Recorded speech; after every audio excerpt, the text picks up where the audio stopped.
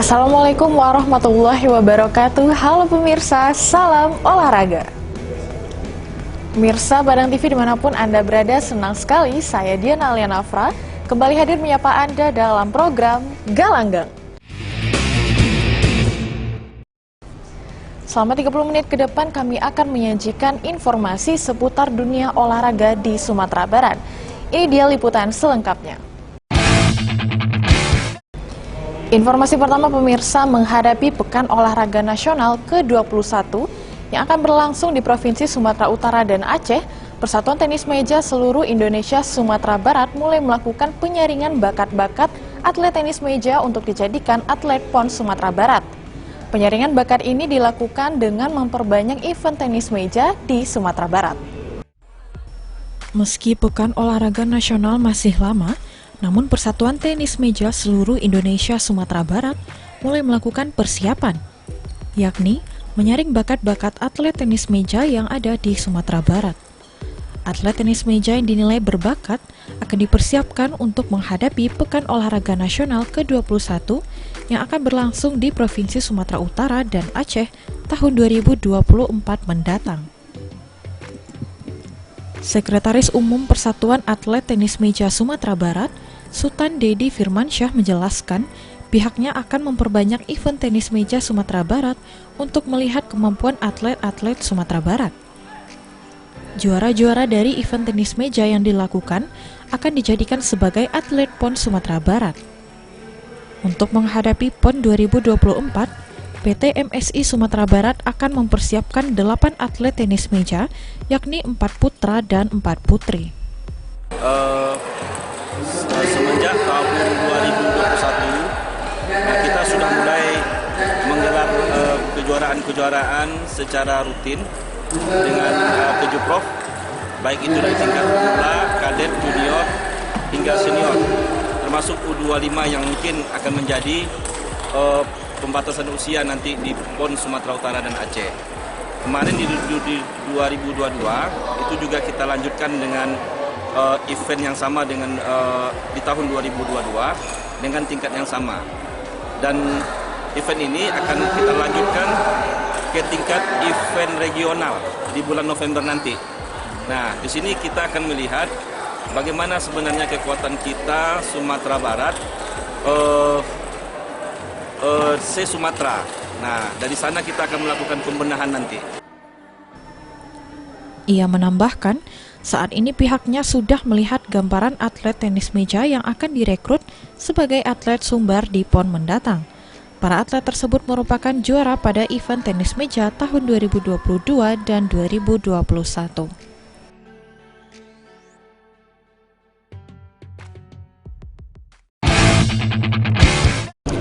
Pemirsa, untuk menyaring petenis meja berbakat serta wadah berkompetisi bagi para atlet, Komunitas Tenis Mutiara Andalas menggelar turnamen terbuka tenis meja se-Sumatera Barat di Gedung Olahraga Semen Padang. Turnamen terbuka yang bertajuk Darman Tamin Cup ini tidak hanya diikuti oleh atlet Sumatera Barat, namun atlet berbagai daerah di Indonesia, termasuk Singapura dan Malaysia. Sebanyak 185 atlet tenis meja Sumatera Barat dan berbagai profesi di Indonesia mengikuti turnamen tenis meja Darman Tamin Cup di Gedung Olahraga Semen Padang. Turnamen tenis meja ini digelar dari 26 hingga 29 Mei 2022 mendatang di Gedung Olahraga PT Semen Padang dengan total hadiah mencapai 31 juta rupiah. Event tenis meja yang diikuti atlet Sumatera Barat, Jambi, Pekanbaru, Jakarta, serta Singapura dan Malaysia ini mempertandingkan sejumlah nomor, mulai dari bergu campuran, tunggal putra senior, tunggal putri senior, tunggal putra junior, tunggal putri junior, dan ganda. Setiap nomor pertandingan akan memperebutkan juara 1, 2, dan 3 dengan masing-masing hadiah yang telah ditetapkan panitia. Selain memperebutkan hadiah, turnamen tenis meja Darman Tamin Cup untuk menjaring petenis meja berbakat serta wadah berkompetisi bagi atlet Sumatera Barat. Pembina Mutiara Andalas menjelaskan, turnamen terbuka tenis meja ini sekaligus mengenang legenda atlet tenis meja Sumatera Barat yakni Darman Tamin. Dalam pembinaan olahraga di Sumatera Barat sejak 80-an, 75 malah, 70 sampai 90 beliau itu masih aktif. Walaupun sudah berkeluarga, tapi beliau masih aktif. Dan beliau lah yang mengajarkan teknis bermain tenis meja yang baik. Itu alasannya kenapa beliau kami angkat namanya. Beliau udah habis-habisnya itu. Itu saja. Berarti salah satu pelopor tenis meja. Pelopor tenis meja di Sumatera Barat diundang.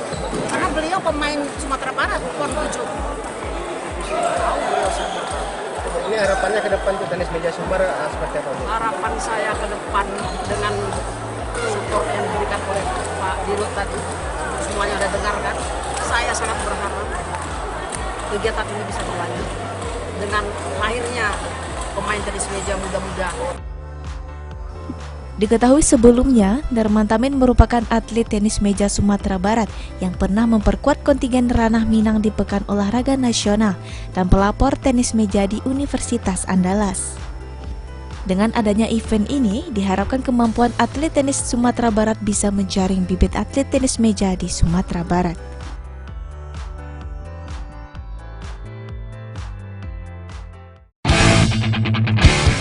Syafrizal Bakhtiar disambut para tokoh olahraga Sumbar usai terlibat dalam pelaksanaan SEA Games ke-31 di Hanoi, Vietnam beberapa waktu lalu. Mantan PLT Sekum KONI Padang ini bertugas sebagai International Technical Official cabang olahraga sepak takraw. Syafrizal Bakhtiar diketahui mantan PLT Sekum KONI Sumbar ini bertugas sebagai International Technical Official cabang olahraga sepak takraw di SEA Games Hanoi, Vietnam. Selain itu, Syafrizal Bakhtiar juga dinilai sebagai tokoh olahraga yang memiliki kemampuan yang tinggi dalam memajukan olahraga bukan hanya level Sumbar, namun juga di tingkat Asia bahkan internasional. Pria yang akrab disapa Ade ini mengucapkan terima kasih atas semua kegiatan dirinya di SEA Games yang berjalan lancar atas mewakili Sumatera Barat di cabang sepak takraw. Dirinya juga bertemu dengan Ketua KONI Pusat, Maijen TNI Purnawirawan Marciano Norman. Ketua KONI Pusat tersebut berpesan agar prestasi di sepak takraw lebih ditingkatkan lagi. Itu tidak hanya sebatas kita mengatur organisasi, tapi bagaimana mengatur atlet, pelatihnya, kemudian aturan main, segala macam itu banyak. Jadi manajemen olahraga ini paling kompleks, ditambah dengan biaya yang harus didukung agar prestasi tercapai. Jadi alhamdulillah, kebetulan event-event yang saya ikut mewakili atau menjadi panitia dari Asian Games, SEA Games itu sudah yang keempat, yaitu SEA Games Filipina terakhir, kemudian Asian Games, kebetulan saya jadi kompetisi manajer di event sepak takraw, kemudian di Singapura dan terakhir di Hanoi. Ia menambahkan saat ini dirinya juga tidak menampik untuk maju di bursa calon KONI Sumbar pada Musrah Prof yang bakal digelar pertengahan Juni mendatang. Dirinya pun menyebutkan telah mendapatkan dukungan dari berbagai pemprov, cabur, dan KONI daerah Sumbar. Selain itu persiapan pun telah matang untuk menuju Musrah Prof Lab nanti.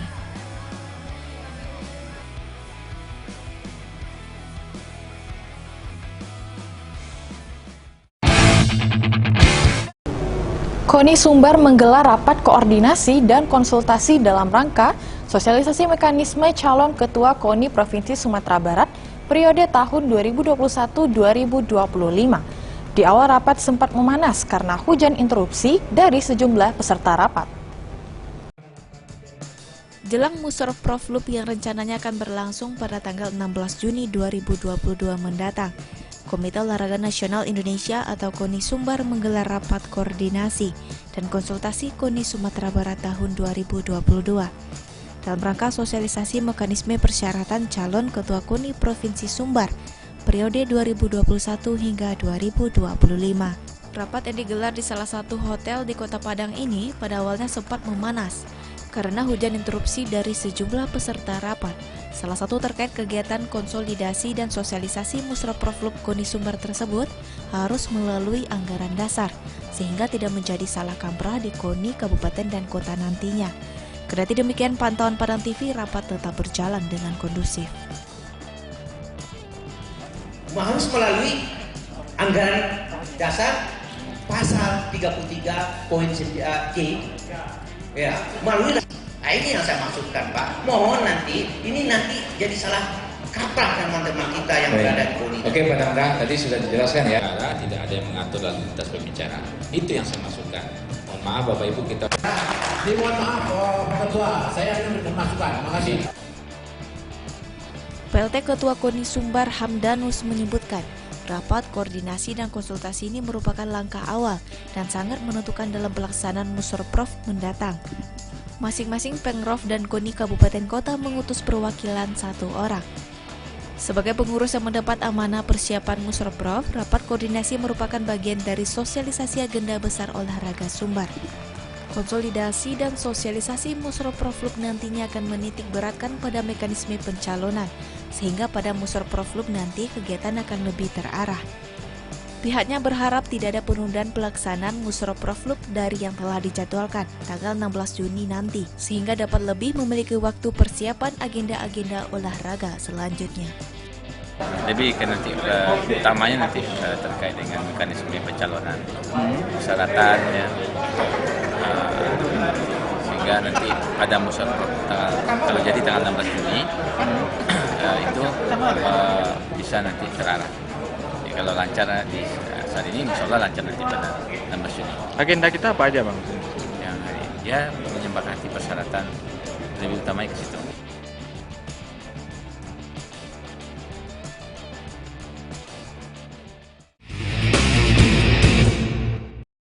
Pemirsa jangan kemana-mana, beragam informasi menarik lainnya akan kami hadirkan untuk Anda setelah jeda pariwara berikut ini. Tetap bersama kami dalam Galanggang.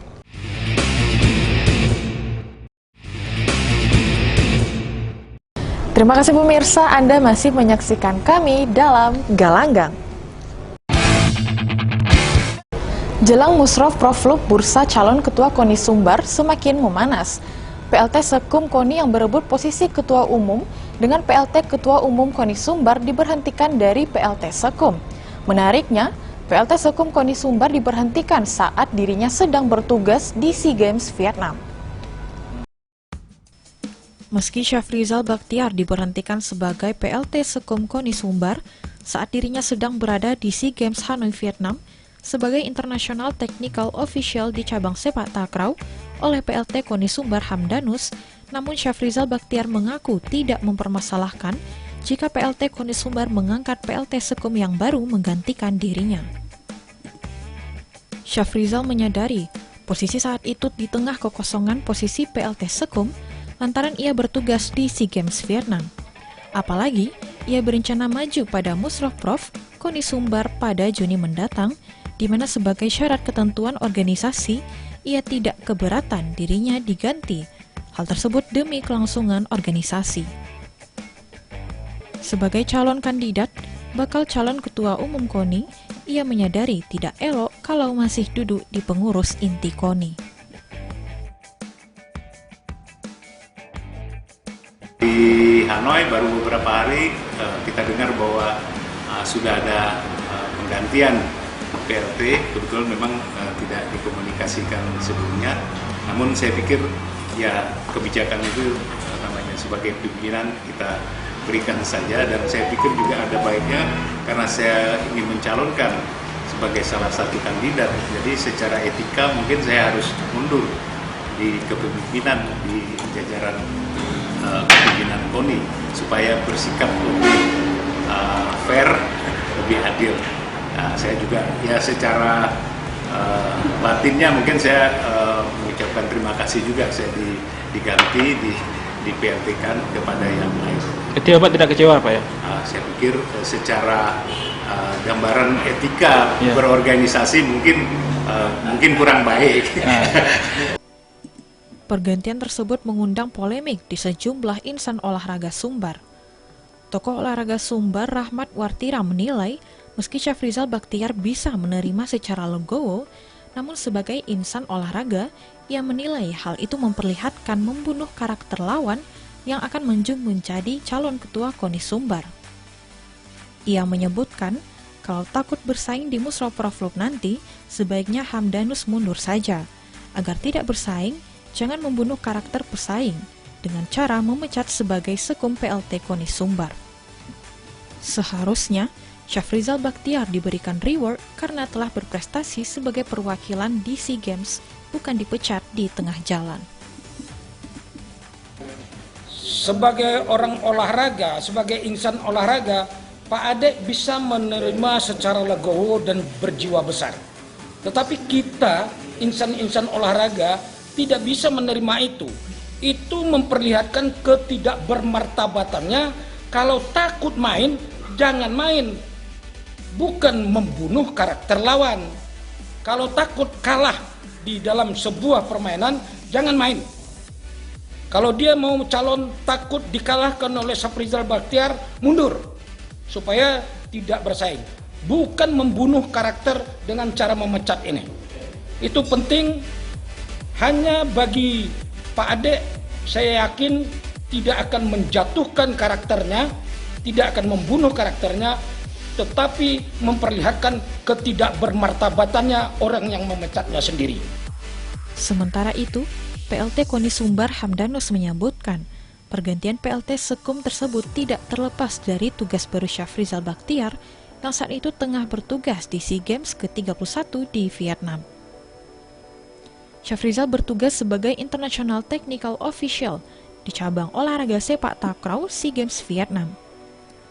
Hamdanus menegaskan pergantian PLT Sekum tersebut murni lantaran Syafrizal saat itu bertugas di SEA Games, apalagi saat ini pihaknya tengah fokus pada persiapan Musrah Profluk KONI Sumbar. Ia pun berharap pergantian tersebut tidak menjadi polemik baru ke depannya.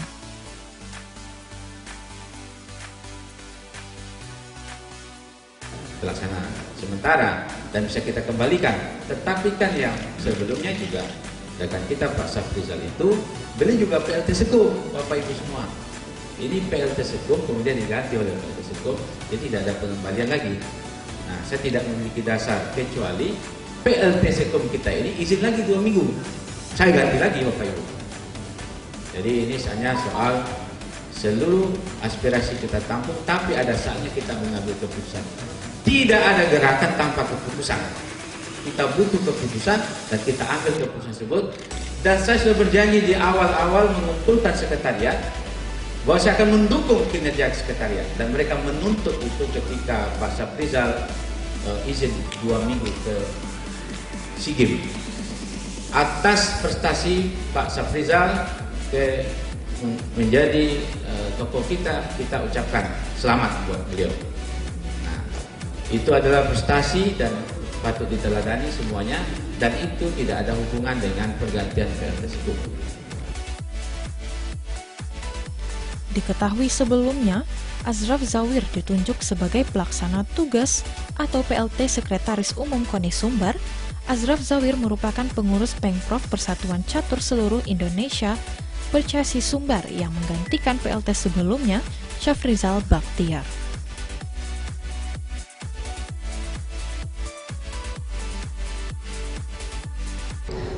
Pemirsa, Bimantara Subrata peraih medali perak pada ajang PON 20 Papua awal memulai karir di cabang olahraga taekwondo hanya sekedar untuk bela diri. Namun setelah dijalani beberapa lama, menjadi hobi dan menuai banyak prestasi. Seperti apa kisahnya? Mari kita simak. Meski baru terbilang muda, sulung dari 3 bersaudara ini sudah menjadi salah satu atlet andalan Tuasa Kato, khususnya di cabang olahraga taekwondo.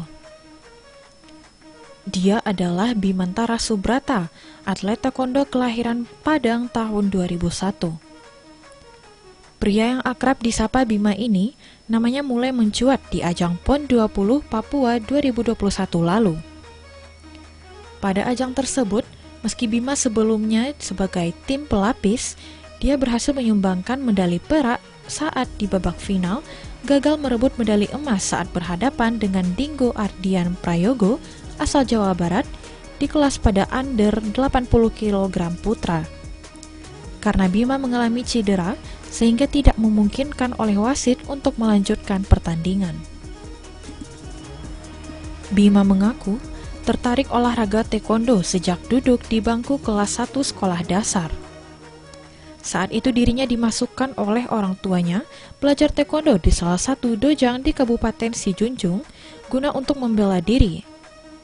Namun semakin digeluti, taekwondo mulai menjadi hobi dan telah banyak prestasi yang ia raih hingga saat ini, diantaranya juara 1 Kejurda Taekwondo Sesumbar kelas under 51 kg pra-junior putra tahun 2015 di Kabupaten Pasaman, juara 3 Porprov 14 under 63 putra tahun 2018 di Kabupaten Padang Pariaman, juara 1 Taekwondo Championship under 55 kg putra di Banten tahun 2017, juara 1 Kepri Open Taekwondo Championship Piala dan Lanal Batam 2018, juara 2 Taekwondo PON 20 Papua tahun 2021, dan banyak lagi prestasi lainnya.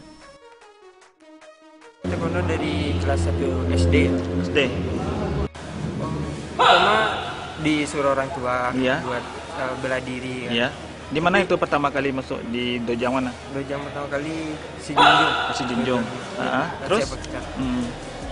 Terus berlanjut kan jadi keenakan karena udah sering tanding taekwondo, jadi lanjut sampai sekarang. Berarti sudah menjadi hobi gitu ya? Iya, jadi hobi. Bima yang saat ini sedang kuliah di Universitas Negeri Padang sedang mempersiapkan diri untuk menghadapi Pekan Olahraga Mahasiswa Nasional atau POMNAS ke-17 Sumatera Barat yang akan digelar 11 sampai 19 November 2022 mendatang. Ia menyebutkan saat ini baru melakukan persiapan secara umum dengan jadwal latihan 3 kali dalam seminggu. Rencananya Bima akan turun pada under 80 kg. Selain persiapan POMNAS, dirinya menargetkan ke depannya bisa bergabung di Pelatnas dan dapat mewakili Indonesia di ajang internasional.